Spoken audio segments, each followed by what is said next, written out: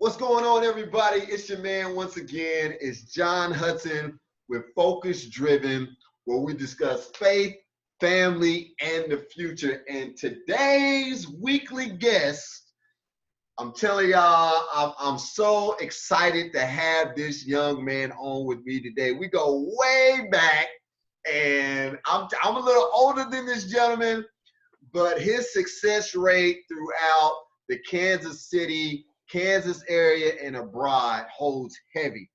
And before I introduce him to the audience and to you guys, all my listeners, I want to give a brief background of who this gentleman is. He is the district attorney of Wyandotte County, Kansas. He is which is the fourth largest county in the state of Kansas. All right. He leads an office of over 60 employees and manages a significant budget each fiscal year. Was sworn into office on January 9th, 2017, and the district attorney office is responsible for keeping the community safe. This gentleman is a team of excellence employees, employing strategic and visionary policies to expand the function of the Wyandotte County District Office. And since taking office, this administration has increased the felony trial conviction rate by 27%. The office is focused on charging and persecuting crime, being proactive, attacking violent crimes and crimes that affect the standard of living in this community. Ladies and gentlemen, I have the distinguished pleasure to introduce the man that I like to call one of the hardest working district attorneys throughout the Kansas City, Kansas areas. My main man, Mr. Mark A. Dupree Sr. Give it up! I feel so honored. I started looking around saying, who is he introducing? My goodness, what a tremendous introduction. I'm humbled while yet amazed because now the standard is so high. I hope I got something. Oh yeah, man. I am. First of all, I want to thank you again for agreeing to come with me today. It is a pleasure to have your expertise and your value to be discussed on the show today during these trying times. My thoughts, as well as with your family and with your wife, who they sacrifice to give you away to the public and to all the people out there who you serve for a great cause. So, man, my heart goes out, and I want to thank you for just giving me 30 minutes of your time today. I appreciate it. By all means, thank you, sir. So, Mark, let me just tell these people, we are both from Wyandotte County, Kansas City, Kansas. You graduated from Wyandotte High School in what year? 2000. In 2000, which was 20 years ago. All right, I ain't gonna tell nobody how old you are. All right. I graduated in 96. I remember being a senior, you walking around in Wyandotte, little bitty chubby fella walking around, chest out, yo, what's up, what's good, what's happening, y'all? And you was very outspoken. You had this exuberant spirit about you that just was electrifying. And people knew you was going to be something. They just didn't know, but they knew you was going to be something. And here we are 20 years later from your graduation. We are seeing you uphold a tremendous title and in the present times of law and order. And what I want to ask you today is more of encouraging words and maybe words of wisdom that we can give to the audience today. You are a pastor and you are a PK, if I'm not mistaken, correct? So your father was a pastor? Yes. And was your grandfather a pastor as well, or no? Yes. So you are a generation of pastors and preachers, which is fantastic. You know, my mother is a ordained minister. I have the ordained minister gene in me, so preaching and all of that is in me. So I want you to talk to the audience from a Christian perspective real quick. Don't put on your law hat just yet. Put on more of your pastoral role. What would you have to say to the African American church in regards to being more aware about uh, social justice and change right now, as a putting on a pastor's hat? Well, from the pastor's hat, I'll say a couple things. One, the Bible teaches us that men are to always pray. We're always to pray, but it also says for us to watch and pray. And so it's important that as we are so spiritually deep, that we don't get so inside the Word of God that we forget to pay attention and be watchful of what's happening here in our world. And so when we watch and pray, it's important that we focus in on what things need to be changed so that we as the body of Christ can be that change. Micah 6:8 says that we are to not only love mercy and walk humbly before our God, but it says to do justly, which means that Christ teaches us that we are literally supposed to be the walking example of what justice really is. And so with that in mind, as people of God, as Christians, as believers, our goal concerning righteousness, concerning justice, is for us to be that example for the systems that we have no choice but to live in. It does us no good to say that we pray and that we believe, but then we don't take all of that teaching and all of that wherewithal that we receive from that wonderful Sunday school, from those moments of meditation and studying time with the Lord, and we don't apply it into the everyday systems that God has given us the ability to be a part of. So what would I say to the believers? What would I say with my pastor's hat on? It is to make sure that we are the examples both in the church and outside the church, and that we show the righteous way of doing justly, of loving mercy, and staying humble before all to see. I love it. I love it. I am so endowed by when you speak, when you got your pastor's hat on, because you go right into it. You can hear the pastoral voice urging and encouraging and restoring and reviving individuals, because that's what we need today. I talked to Bishop Talbert from Victorious Temple Church last week. He did a fantastic job coming onto the show, and I don't think I told him that I was going to talk to you, but he, as yourself, leading the kingdom to start thinking of ways not to worry and not to fret during these times, but to understanding that we have to walk and live by faith. So do you mind, if you can, in your words, by saying, what would you tell people who are experiencing during these times of uncertainty, during these times of having anxieties and anxiousness and being afraid? How would you go about giving a small encouragement to these people to saying, yo, there is hope, and because of this hope, this is what we should consider during this time and season? Well, I would remind everyone that we walk by faith and not by sight. And though we are in this world, we're not of this world. And so the final say, one preacher used to say it. He said, I read the last page in the book and we won. And so, you know, at the end of the day, when all the dust settles, the Bible is clear that no weapon formed against us will prosper. And though we have to go through some difficult times, and sometimes it seems so hard with the trials and the tribulations of this world, but in the end we win. And with that, we have to stay focused and knowing that God has the final say. And with God having the final say, there is hope, there is joy, there is peace, but we have to keep our minds focused on Christ. You know, every day we deal with everything that's coming left and right, up and down, and we can lose focus. I'm reminded of our wonderful, wonderful example. He stepped out on water. Good old Peter was a good man. He stepped out there and he seen Jesus. I want to go. He stepped out there, and after he stepped out, woo, the Bible says that he lost focus, and the winds got him, and he began to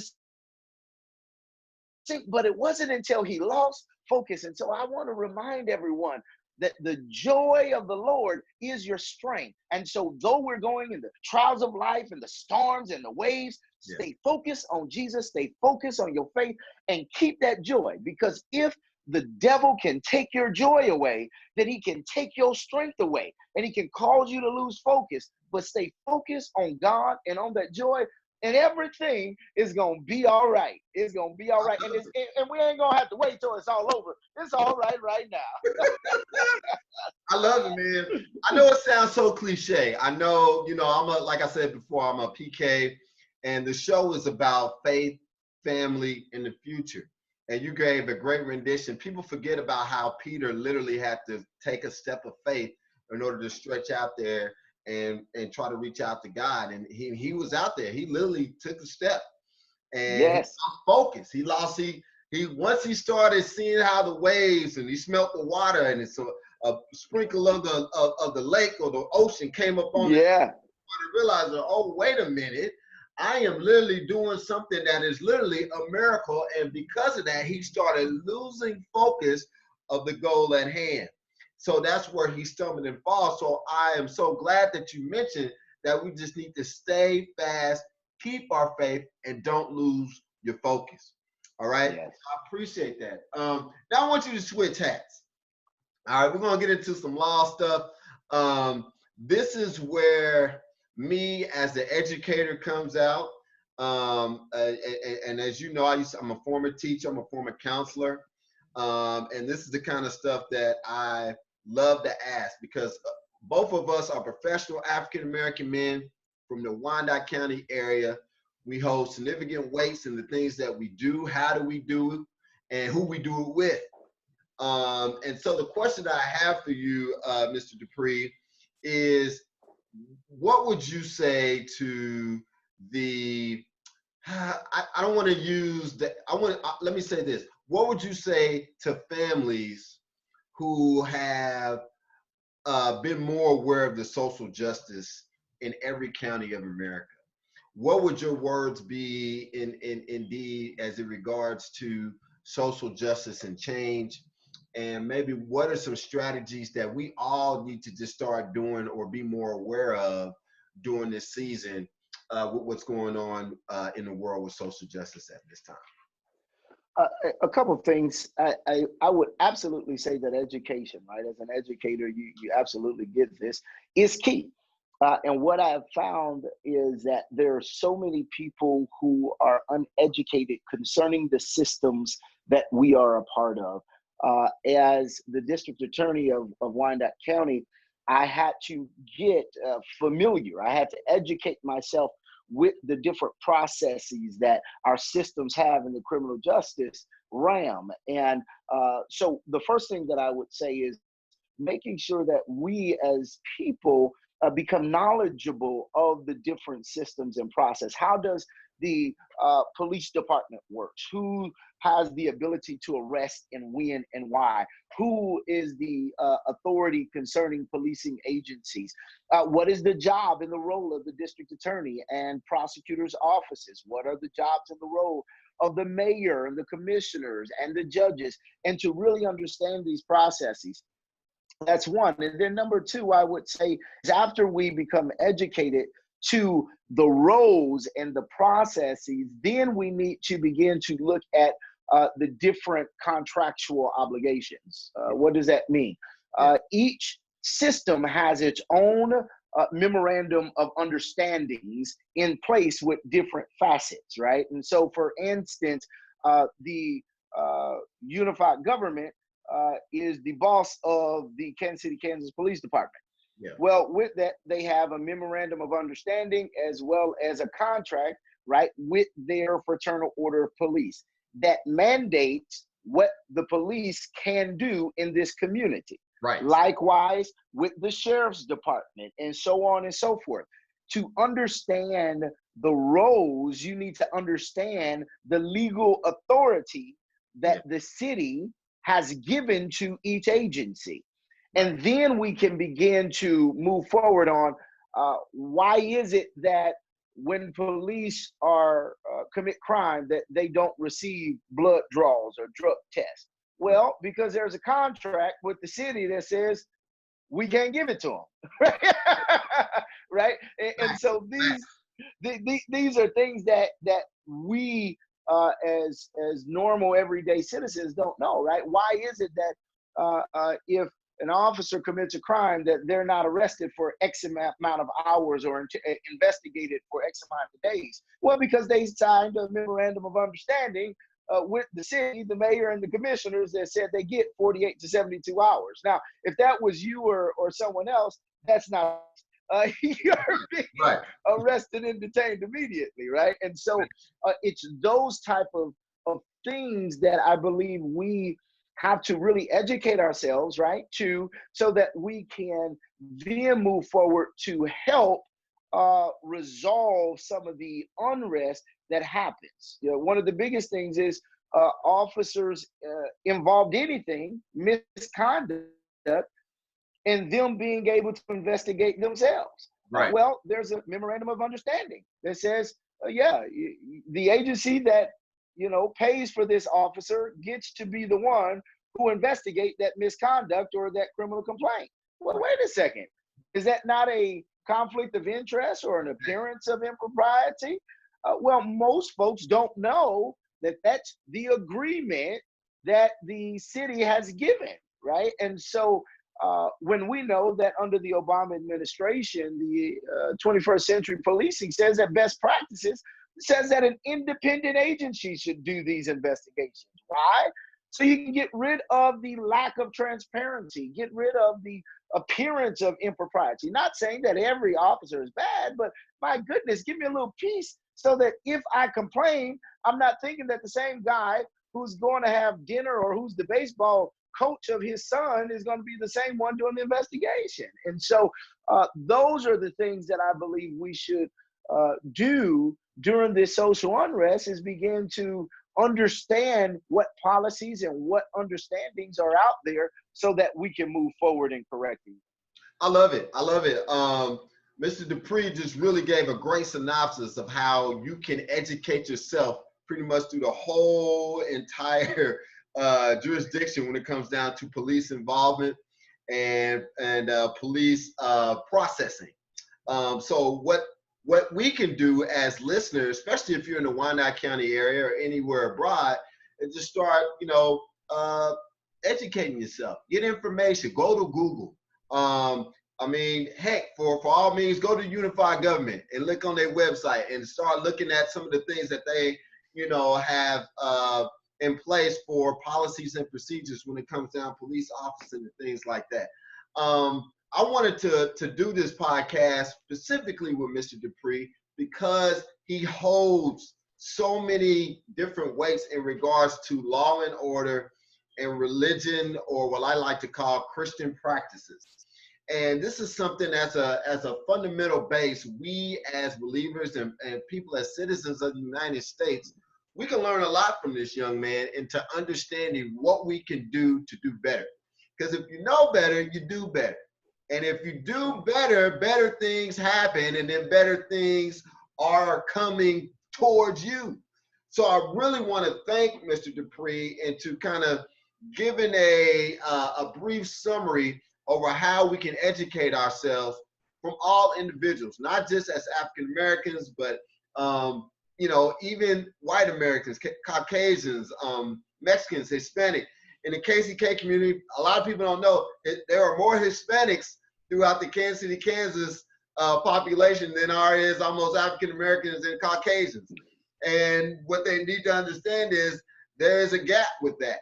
Understanding that we as people need to be more aware of these things to provide like bilingual activities and have more understanding for what the Hispanics need and all other cultures. It's just ironic that, I'm saying this because I know we're all focusing on the African American race, which you all know I am very strongly here to support as well, but we just need to be even more aware of all the surrounding things that goes along with the social justice.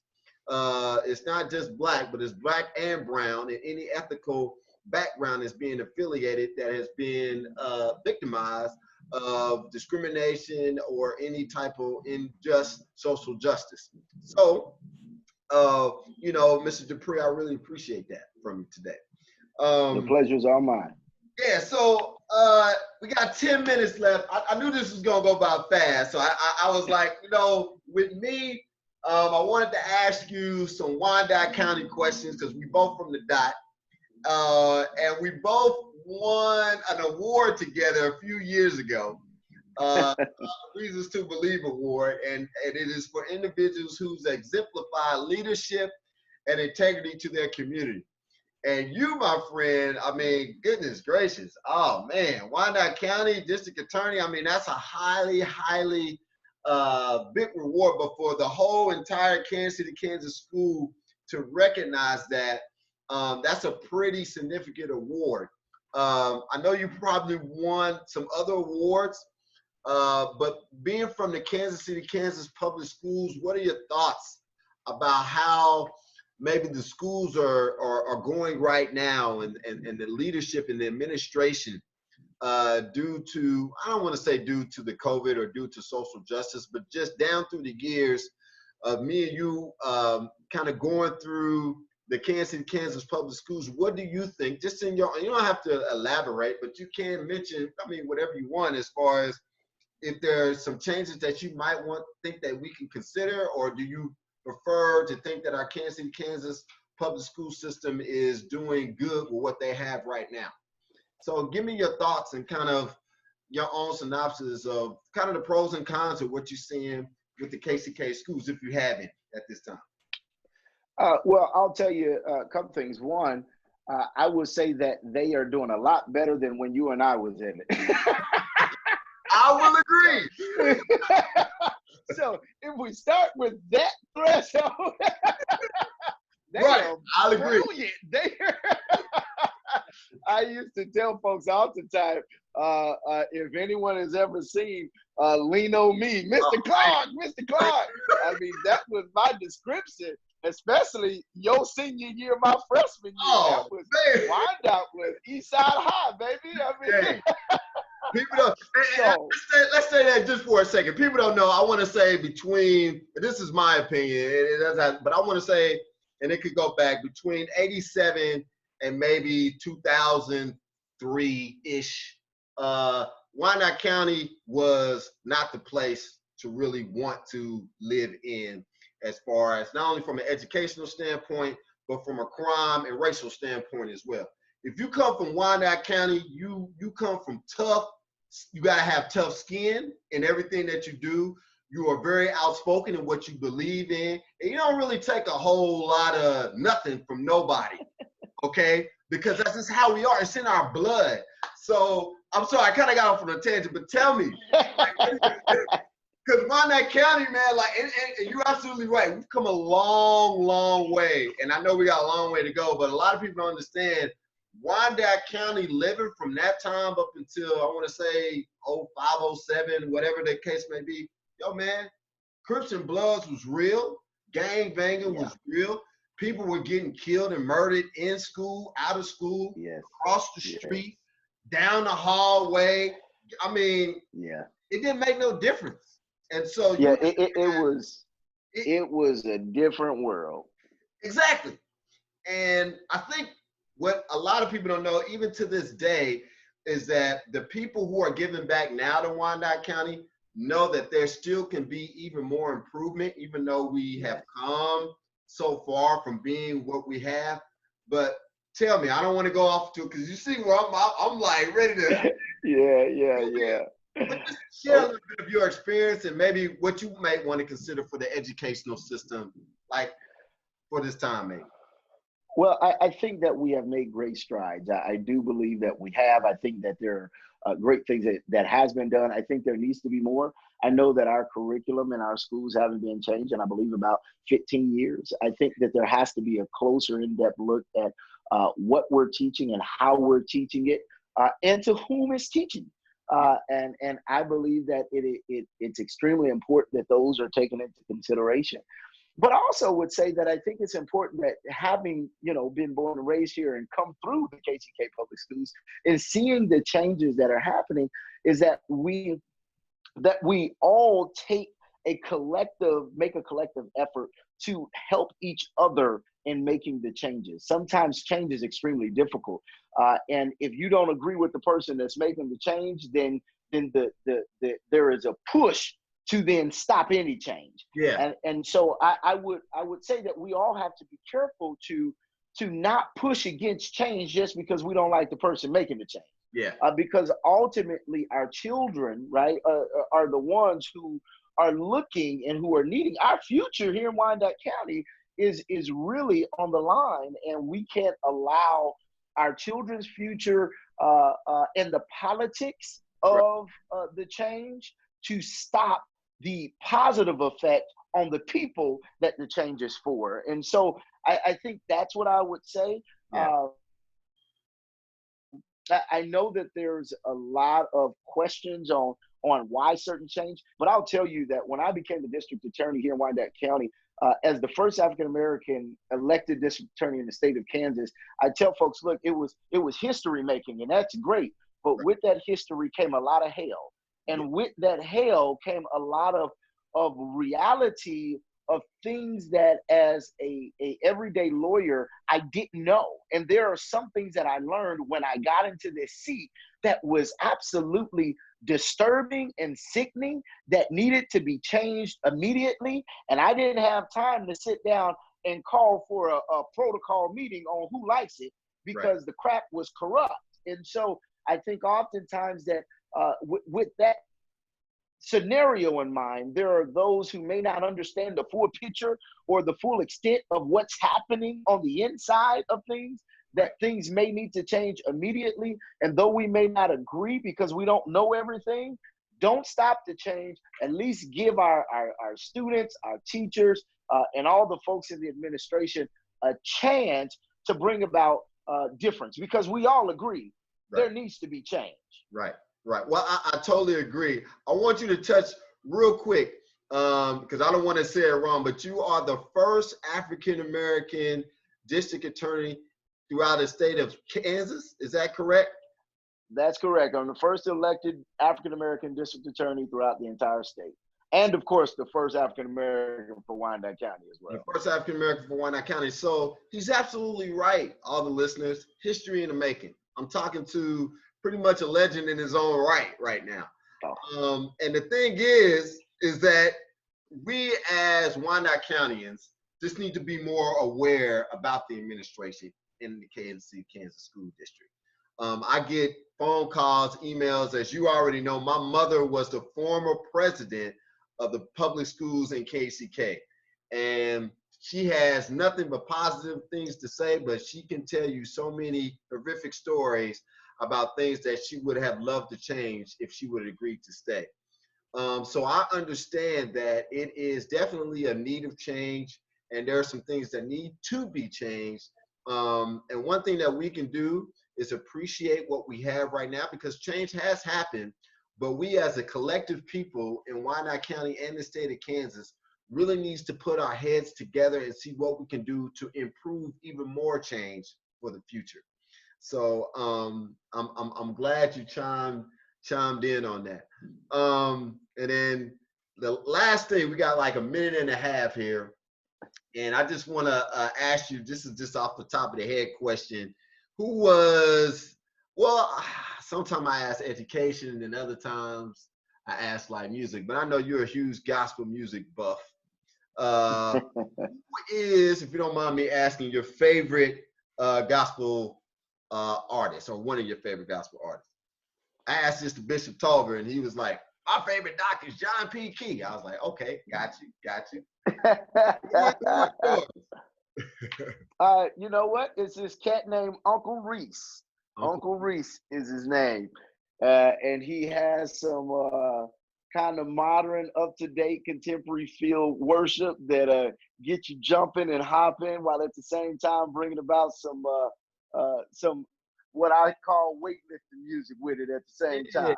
Uncle Reese. Okay, I'm gonna have to check you out. You gotta check it out. He got this one song, man, praise until worship until I pass out. Boy, look, make you go until I pass out. What's up? I'm gonna have to check him out, man. I'm gonna have to check him out. My favorite gospel artist is Fred Hammond.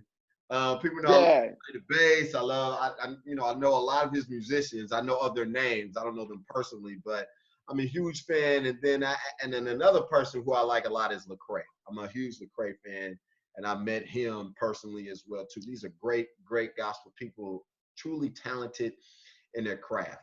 So it's Agreed. pretty cool. But Mr. Dupree, man, our time is up. I just wanted to tell you thank you again for joining us today. Thank you for giving us some great information. And all my listeners out there today, follow me at johnwhudson.org. If you want to get any of my 13 best-selling books, you already know to go to amazon.com. Look at what I'm doing. Check the website. And Mr. Dupree, do you have any way if people wanted to contact you or any contact information you want to give away? Is there anybody that can reach you at outside of what I have? Absolutely. You can reach out. You have my information there. You can contact the office, or you can contact go to my website, Dupree4, the number 4da.org. That's Dupree4da. You can check that out and contact me through the website as well. And I'm also on Facebook, Twitter, and all these other social media platforms that my staff let me know I'm on. Now I'm gonna tell you the truth. The only thing you're gonna get from me is an email. Everything else is somebody else. Yeah, I will witness to that, boy, because you got gatekeepers, which is good, which is fantastic. But all in all, Mr. Dupree, stay on the line. I gotta pay some bills. But everybody, thank you so much for joining John Hudson, where we talk about faith, family, and the future. Stay focused, stay driven. We'll see you next time. Peace.